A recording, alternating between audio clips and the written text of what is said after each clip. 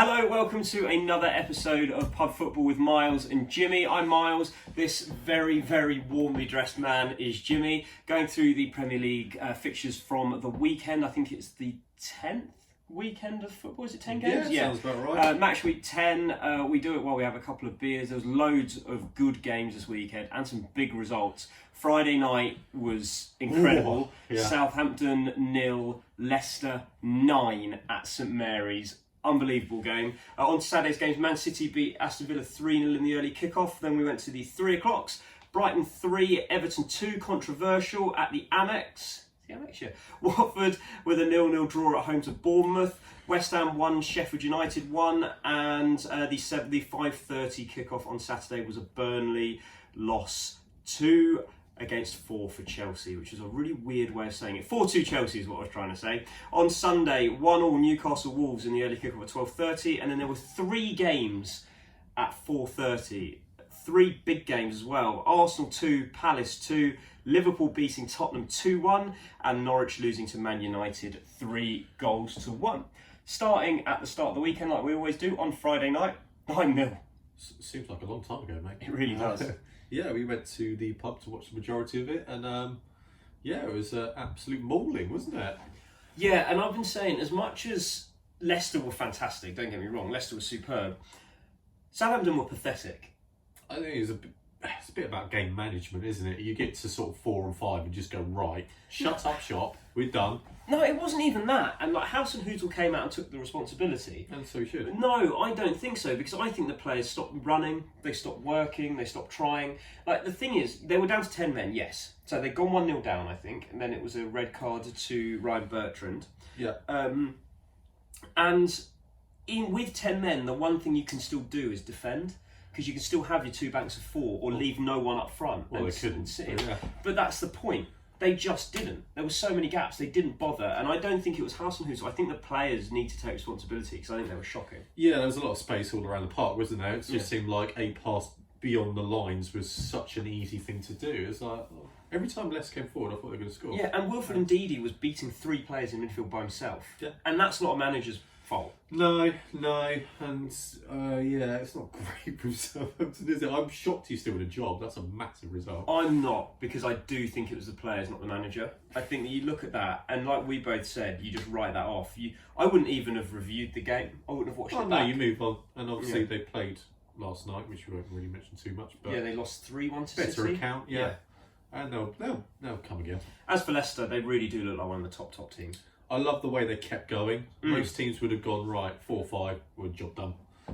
They wanted to score 9 or 10, and I thought it was great. They wanted another record. Some of the goals were brilliant as well. Vardy was just sensational. Madison was... Everyone played Perez well. played well, which is Perez, good. yeah, 2 hat-tricks. Perez gets the match ball. I think that's because he got it first, maybe? Calm it up, lads. Yeah, I'd have a fight. Yeah. I'd make a fight in the changing room. I know he's going to win that. Vardy, because he's wiry. But his wife's going to dick him. His wife will start stalking on social media. I really liked Leicester. I love Leicester this season. They seem to have... That was probably their first choice side. Yes. Which were incredibly I good. wouldn't have put Perez in, but he's doing well. Oh, I like Perez. I think he just offers something slightly different. Yeah. Especially with Vardy running kind of beyond the back line. It's always kind of nice to have someone who can maybe pick up the pieces. They've just got the perfect combination of strength, pace and trickery.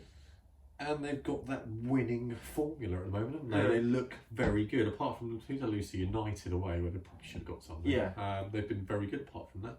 I think they're going to finish in the top 4.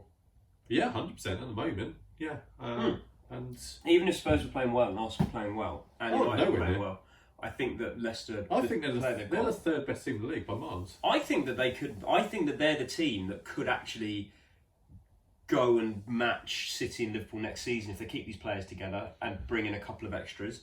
Because the way they play, I look at their midfield's better than Liverpool's. Yeah. And obviously you mentioned last week, I think Chelsea might run out of puff this year, but I think Leicester are a stronger side. Yeah. And I think they'll finish third. I really do. And even off the bench, Iheanacho, Gray, Chowdhury... Yeah, it's decent players. They've got good players. Brighton came on. He's handy. He's a workman. He's won the league. Yeah, he has won the league. Jeez. Wes Morgan's on the bench as well. But really, just a battering. On to Saturday, City 3, Villa 0. VAR controversy because the second goal for City Now, City had gone 1-0 up, first off frustrating. Yeah. Second goal is so important in these games. Mm. De Bruyne shot, if David Silva touches it, then Raheem Sterling's offside in the goalkeeper's view. Yeah. It wasn't given by VAR because they couldn't tell. However, for some reason, the goal has now been credited to David Silva. He his hand up to celebrate, didn't he? Therefore, the goal shouldn't have stood. Well, Sterling's interfering in play, isn't he? Yeah. So I was a bit shocked that I was given. However, yes. if you can't tell, you can't tell. No, and as you say, VR is there to help the referee and get on the referee's decisions. That really should be doing that. But yeah, Man City. I didn't watch the game, but I heard they were quite poor in the first half. Yeah, Villa weren't bad. That's the thing. Villa are starting to really look like a Premier League outfit. Yeah, Villa are getting better by the week, and I do like their midfield. I like McGinn, I like Grealish. Decent players. And yeah, City found a way, and yeah, good result. Yeah, that's the only controversial. I think City would have gone on to win anyway. Yeah. Another very controversial game. Brighton 3, Everton 2. Everton are winning 2-1 with about 5 minutes left to play. Yeah. And then Connolly goes down when Michael Keane stands on his foot. Goes to VAR, penalty given. I think it was a penalty. I completely disagree with the penalty. I think it was, because it was a clumsy tackle. He stood on his foot, there's contact. If Connolly had knocked the ball past Keane and Keane had stood on his foot like that and he'd gone down, we would be saying absolutely penalty. Just watching it, you just go, you can't give that. You just cannot give that. I think you can. It was clumsy. Keane's bemusement just was the same as everyone else's same game. They're going to give that. Sorry, it's ridiculous. Connolly span him and he stood on his foot. It was clumsy from Keane. And this is the thing with Michael Keane, is he's not got the concentration. It's terrible, but yeah. He's not got the concentration levels, and that was clumsy. It was a really, really clumsy challenge. Just a shocker. Things like that. It's just let the game go. It's not a penalty. No, I thought it was. And Marcus Hill was under massive pressure now as well. Oh yeah, he's got the game against Watford last night. They won. Just about, didn't they? I heard from a radio or personal radio, it was the worst game you've seen this year. So I can imagine it's a blinder. Yeah, but one thing about Colin is he made a meal of it. He did go off injured. He got injured. They do hurt him, yeah. No, you would have had studs through your toes before. That's not pleasant. Sorry, I don't play football. Yeah. It's not pleasant, is it? Wait, I thought it was kind of down the back of the leg. No, it was right on his foot. Oh, it was right on his foot. Yeah, I thought it was a penalty. I thought it was, but then and at the same time, yeah, the decision went against Everton, but Brighton absolutely battered them after that. And the winning goal was rubbish as well. Yeah. I felt sorry for Dino. He couldn't really have done anything else. He had to block it. Otherwise, the bloke would have tucked it in. One of the few players probably not to blame for that goal. Yeah, they're just Everton are terrible. It's just they massively struggle. As for Brighton, Potter's done a great job. Yeah, they play good football. They're going forward. I heard on the radio fans still think they're going to go down. But one fan did anyway. But I feel like he needed that. They've been a bit unlucky at home, and that's a good result to get 3 points in. And yeah, they're looking all right. Well, they beat Tottenham 3-0 at home. Mate. Yeah, but there's been a few others earlier this season where you'd think they might nick something and they didn't quite get the rub of the green. But they're a decent side. They look all right this year. Watford 0, Bournemouth 0. Boring. Sounded like the world's worst game of football. It was boring. Nothing happened. Absolutely hammering down rain in this area, and I can imagine the game was just as bad. I had a Watford fan calling for Sam Allardyce. It's not, to be honest. I think that it's way too soon to sack Quique Sanchez Flores. But if you get to the other side of Christmas and you still not won a game, they've not won a game this year, have they? No, it's incredible. If they're still struggling other side of Christmas, you could go a lot worse than Big Sam. They must have won a cup game, surely. They won some cup. Yeah, they got through to the League Cup round of 16, whatever it was last night. And then they went out. Yeah. Yeah, then they went out. But honestly, if they get to the other side of Christmas, Big Sam with someone like Troy Deeney up front is a cracking shout. I don't know what they're doing tactically, but it's not working. I know Bournemouth are quite good away from home, but you'd like to think they might nick it, and they need a performance. Yeah. It's terrible for weeks on end. As for Bournemouth, they'll be a bit disappointed, I think. Yeah, they was probably looking at it and go, we should have won it. Yeah. But yeah, it just sounded like an awful game. Watford have no bite. No. They have no bite up front at all. They're playing better than they were at the start of the season. They need a goal. Yeah. They just need a win. The Brazilian lad is coming in, Joel. Yeah, but he can't come in until January. He's so his work permit's been, but he can't come until January. So hopefully that'll help. Yeah, we're not too far away. Yeah, coming. It's 2 months. West Ham won. West Ham won. Sheffield United won. Honestly, Sheffield United were unlucky not to win this game. They had chances. first half before West Ham took the lead, Sheffield United were banging on the door. They had a few good chances. McGoldrick. He should have scored. McGoldrick's never going to score a goal in the Premier League. He's never going to score. No, but that's the problem that Sheffield United have. Every game this year, he's never going to score. That's the one problem Sheffield United have is their strikers. McBurney's terrible. Yeah, like Lise Mousse is their top scorer, and he's doing very well. 2 and 2, but they've not got a striker that's going to score 10. If they had a striker who could score 10 goals this season, they would stay up like that. That's their only issue. Oh, they are going to stay up. Well, still better than the thing three is, other teams. The thing is, it was pointed out to me that teams that come up often start really well and then fizzle out second half of the season when teams start to figure them out. Of course, like Hull, isn't it? Hull started incredibly well and then nearly went down. Exactly. Could that happen to Sheffield United? I think they've got a really good work ethic, and I think they're so well suited to the formation they play. I think they're going to pick up enough points. And Bramall Lane's a horrible place to go, as Arsenal proved last week. Yeah, I think they'll be all right. And I agree with you. They probably should have nicked it. And West Ham is just so inconsistent. It's getting slightly ridiculous. Snodgrass scored and hit the post, got brought back in. Snodgrass isn't a bad player. Took his goal well. He did. He works really hard. Yarmolenko played well. Yeah, but there's just something missing there at the moment, and I can't really pinpoint what it is. Because when I look at their starting lineup, I think that's a really good sign. Yeah. I'd say maybe their full-backs could improve. You've got Ryan Fredericks, he's not a Premier League full-back, unfortunately. No, and Xhaka started against Sheffield United. I probably would have played Fredericks against Sheffield United. Cresswell's decent.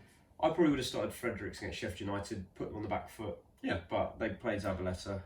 It's just interesting. It's just odd. West Ham just feel like a club that are never going to break into where they potentially could break into. Played brilliantly against United a couple of weeks ago, and then have been pretty mediocre since. And you go, well, why? They've got such a good squad, and Fornals is struggling, which is really annoying me because I think he's quite a good footballer. Yeah, he's just maybe not suited to the league. Yeah, I agree. He's quite minute and he's a bit like Ceballos, but we'll come on to Arsenal. He's not as good as Ceballos. Yeah. Chelsea beating Burnley 4-2, stuffing them. Is this the coming of age of Christian Pulisic? Bit early, but great hat trick. Yeah, he took it really well, and he's come in a couple of games beforehand, hasn't he? He's had chances, so he's a confidence player, isn't he? Yeah. I think he went off for the US in tears a couple of weeks ago, and it's just a weird one, isn't he? Well, the thing is, you forget because he's one of those names that's been around for a while. He's only 21. Oh yeah, he's young, he's decent. Yeah. He really hasn't been given a chance yet, which is surprising. But like, to put this into perspective, Harry Kane only really broke into the Spurs first team at 21. Yeah.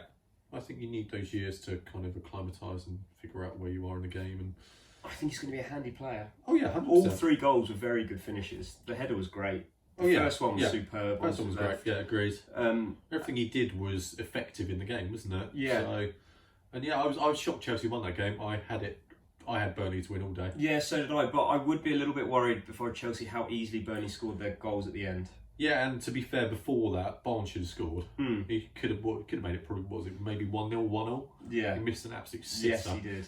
He missed a few actually, which made you go, ooh. But agreed, they kind of switched off towards the end, didn't they? And scored a couple. Tamori was a beast again. Yeah, he played really well, which I expect him to get overawed and kind of he's passing every challenge, isn't he? England squad. Yes, 100% at the moment. Yeah, in the Euros. Yes, so he was in the last one, didn't play. Could he start? Potentially, yeah. I look at our centre backs right now. Terrible. I look at our centre backs right now, and I think he's going to be the best. At the moment, yeah. Next to Maguire, he'll be great. Everyone else is slightly failing. King's rubbish. I'd love to see him play.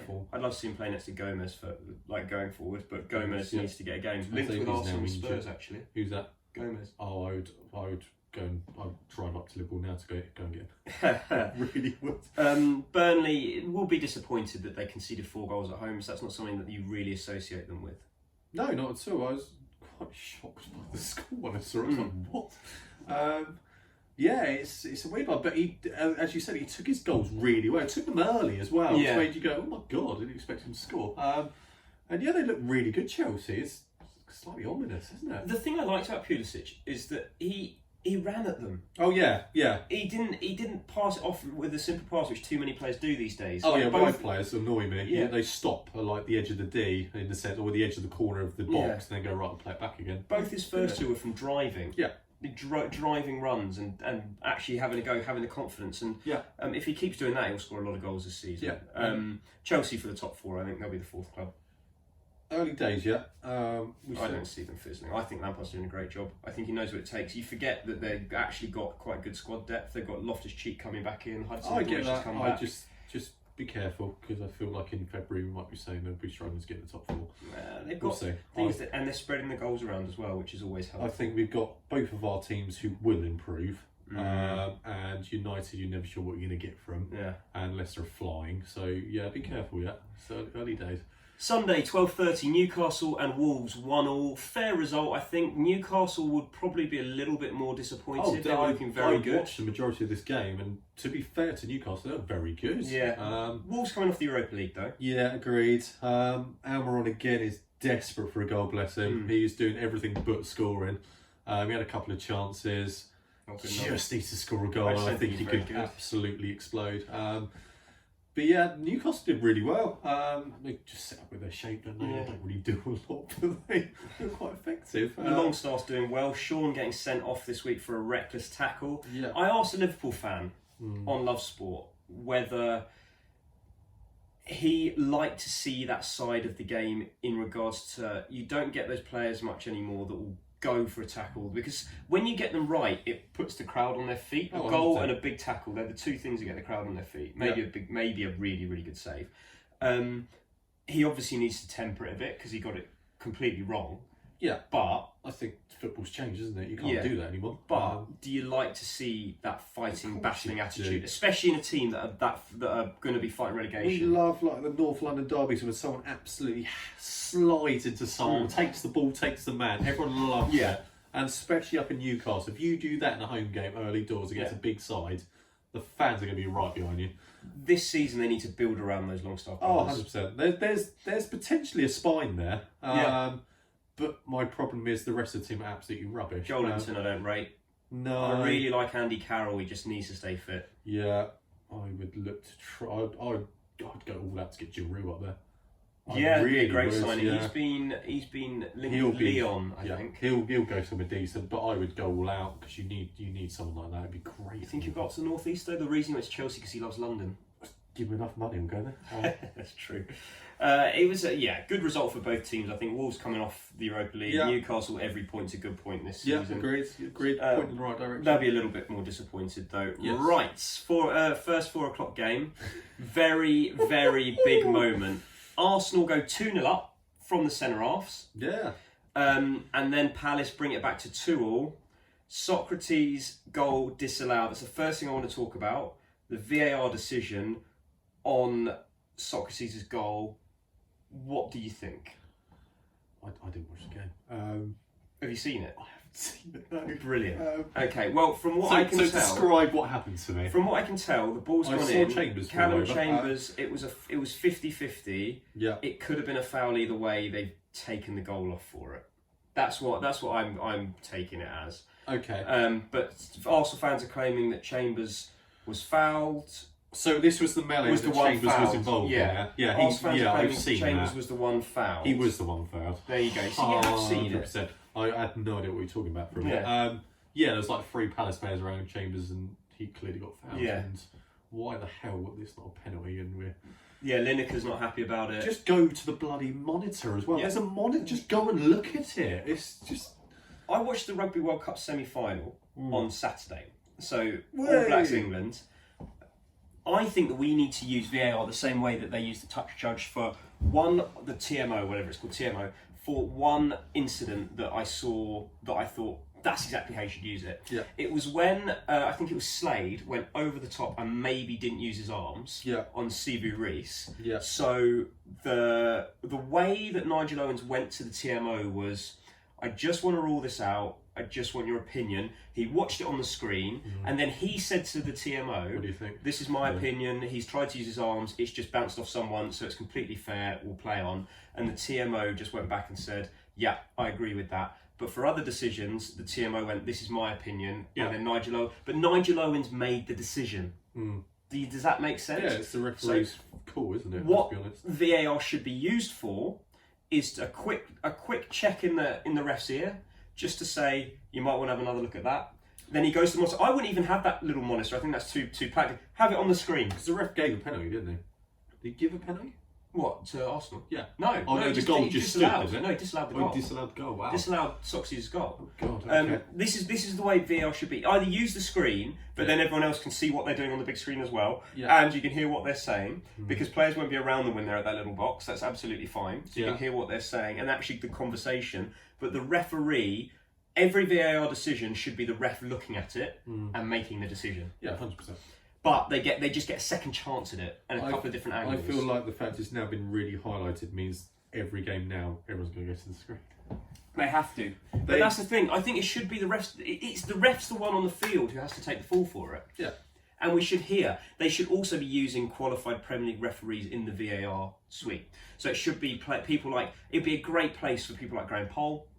You know the old referees who can't get around the pitch as much Alan anymore. Winter and all of them. Just the refs that can't get around the pitch anymore. Jeff Winter. So maybe the ones that maybe say a ref fails a fitness test at the start, of the season.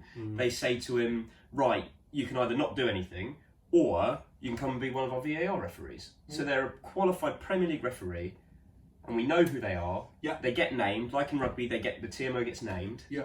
So it's not just these faceless people in a field somewhere else. They should also be in the stadium. Yeah. There's a load of ways it should be, but it should be done. They should look at the rugby blueprint and go, that's how it's going to be used. Yeah. That's exactly how it should be. Yes. Another big moment from Arsenal Palace was Granit Xhaka.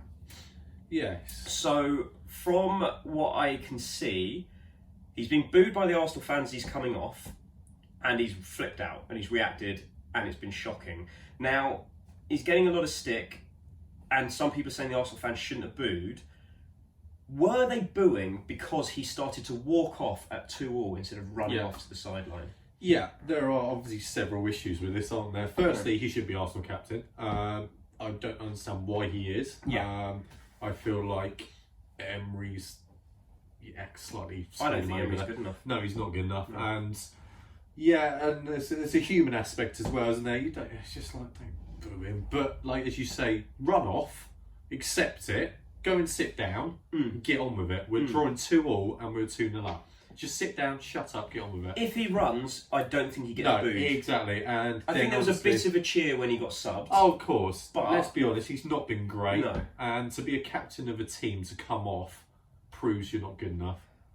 He's not playing well enough. No, he has to be stripped of the captaincy now. Oh, 100%. There's the way when he took his shirt off, it was Crouchy on Match of the Day too, was saying he thought he was going to throw it, and if he throws it, that's you for the Yeah. I get the fact he reacted. I understand that. But run off. We're drawing against a team we should be beating.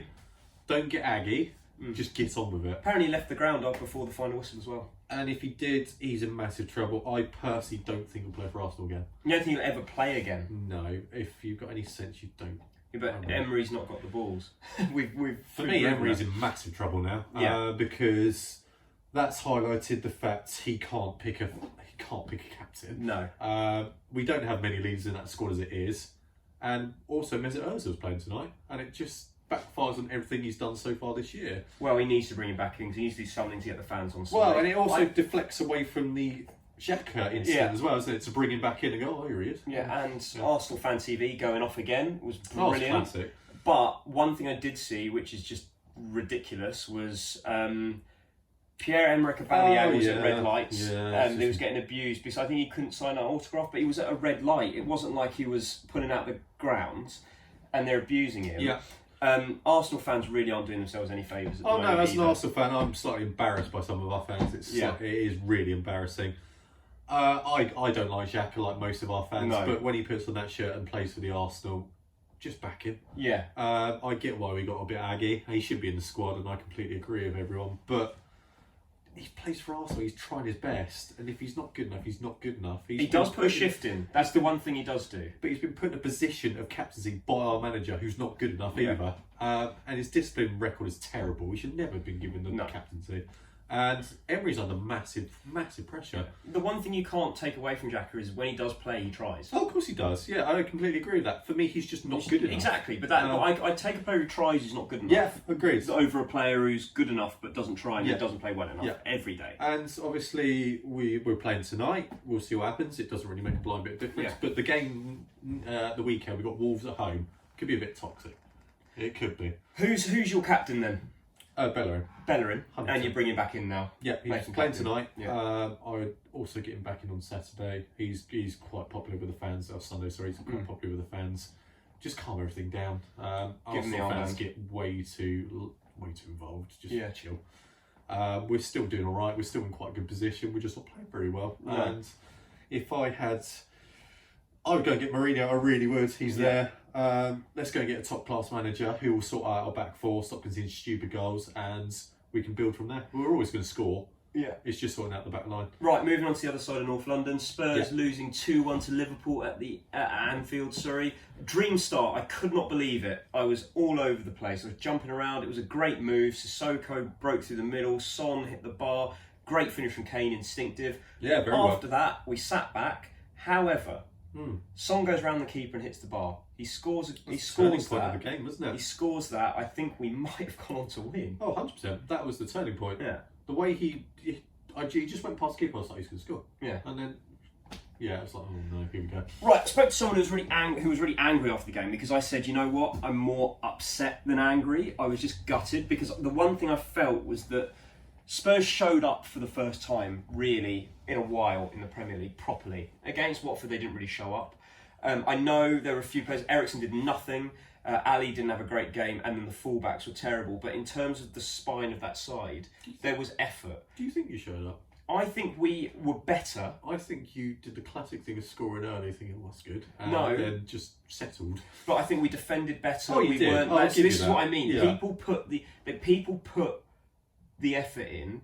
However, where I understand where fans are angry, and I agree with them, why the hell was Eriksen back in that side after we dismantled Red Star without him? With Lamela playing well, with Ndombele being one of the standouts. No, I think he must have been injured because Pochettino puts him in the squad if he's fit. Yeah, of course. And at the moment, he's one of my first names on the team sheet. He's fantastic.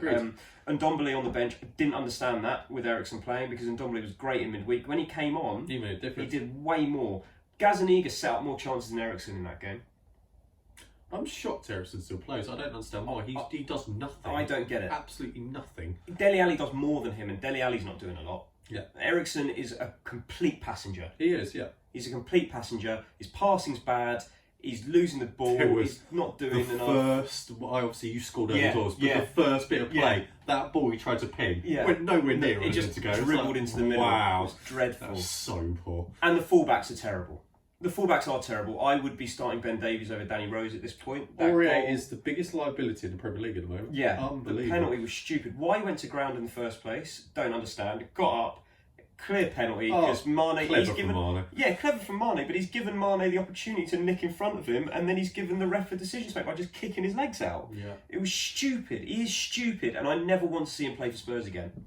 I don't want to see him. I don't want to see Eriksen play for Spurs again. I don't mind Danny Rose coming in because there's games where Danny Rose can have a really good impact. Yeah, I quite like Danny Rose. I'm not this season, he's not been good enough. I'd play Ben Davies, then Ryan Sessegnon coming in. Other side, Walker Peters, Foyt, don't care, just not Aurier. It baffles me Walker Peters has barely played since the start of the year where he played really well. Yeah. I don't understand what the kind of consistency. Consensus is with playing Aurier. He's fucking terrible. I'm really sorry for swearing there. That's fine. But yeah, he's really poor and he's going to cost you points. You know who really did impress me? I thought Davinson Sanchez was really strong at the back. Oh, that makes a change. I know. He's feeling alright. He had a really strong game. When he plays like that, he's better. But the thing is, we didn't have much possession, so we didn't have to dilly-dally on the ball. The thing with the entire game is Liverpool were always going to win that game. Yeah. It didn't matter what happened. Yeah. It was just coming. Yeah, it was. The tide, just wave after wave. I was like, oh god, it's coming. And Henderson scored. I was like, God. It just happened to be two fullback mistakes. Yeah. However, Gazzaniga put his hat in the ring to be number one. Oh, Gazzaniga played brilliantly, yeah. Some of those saves, the one from the point-blank header, especially, was superb. He had a great game, and if he keeps playing like that, it's going to be hard to put Hugo Lloris back in. Lloris as well. Yeah, he's just all round, actually a very good goalie. Yeah, and the thing is, we remember him back at Southampton. He was only like 19. He was very young for a keeper back then. He's decent. He's really decent. All in all, though, I think an improved performance from Spurs, but Pochettino right now has got to drop Christian Eriksen out of the squad. Don't even put him in the matchday squad. He should be nowhere near. Lo Celso's getting fit again. He came when Lamela comes back in and Ndombele's there. Don't play Eriksen, we don't need to. Last game of the weekend, Man United 3, Norwich City 1. This surprised me. Man United seem to have got their teeth back. They missed 2 penalties. Yeah, they did. Both Martial and Rashford missed a penalty. They're terrible at penalties. Pogba's licking his lips on the sideline. This season, so far, Pogba's missed 1, Rashford's missed 2, Martial's missed 1. I think they've missed more penalties than they've scored this season. There was a Dan James incident as well, wasn't there? I think he probably fell over again and got a penalty.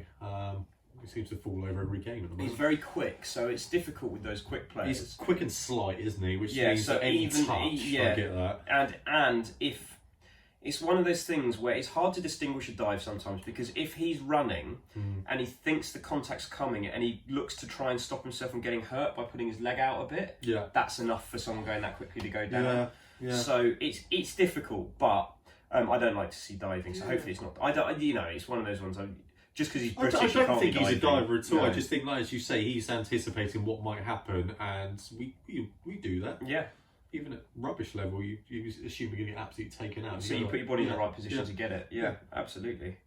All the time. Man United, good performance. They needed it.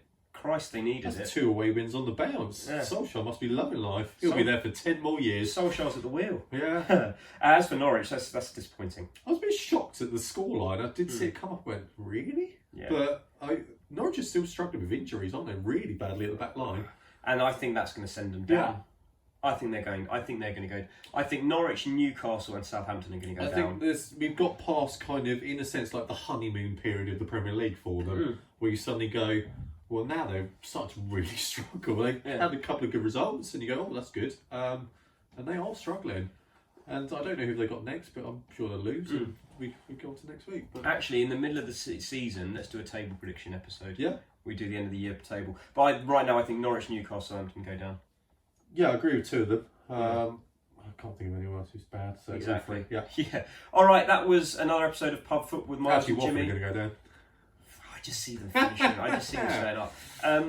That was another episode of Pub Football. Miles and Jimmy here.